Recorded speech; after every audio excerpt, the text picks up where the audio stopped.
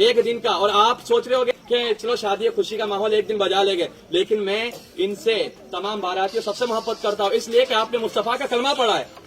آپ کی مجھے فکر ہے بھائی, کیونکہ ہم ایک دن گانا آپ دیکھ رہے ہوگے مسلمانوں کی کتنی پریشانی ہے.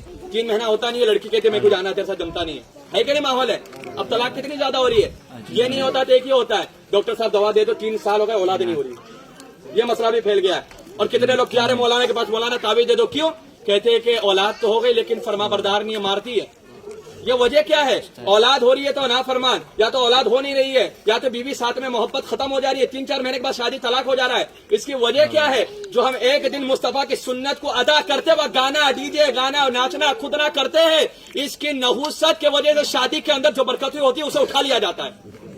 تو ایک دن کی خوشی کے لیے جو ان کی 40 سال 45 سال 50 سال کی آپس کی زندگی رہے گی, وہ خراب نہیں ہو رہی ہے, وہ خراب نہیں ہو رہی ہے.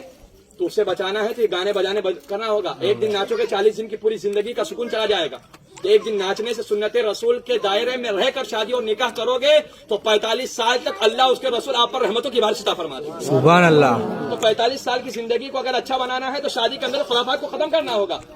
کہنے کا مقصد یہ, میں سنت پڑھ رہا تھا, اتنے دور سے گانا بجا کہ دماغ ہل گیا پورا, کہ یہاں پر خدا کی عبادت ہو رہی ہے, یہاں گانا بجتا ہے.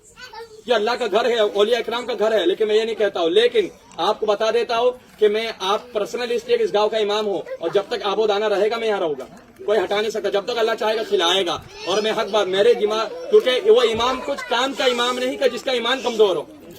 اگر کھڑے ہو کے نہیں بولتا تو میرے پیچھے لوگوں کی نمازیں نہیں ہوتی, کیونکہ یار غلط ہو رہا ہے اور امام بولا نہیں, تو میرے پیچھے نماز پڑھ کے کیا فائدہ. امام بزدل ہے, بزدل کے پیچھے نماز اور اس کی ابتدا کرنا جائز نہیں, حرام ہے. سمجھ رہے بات کو؟ تو کہنے کا مقصد یہ ہے, تو میں امام ہوں تو میں اپنے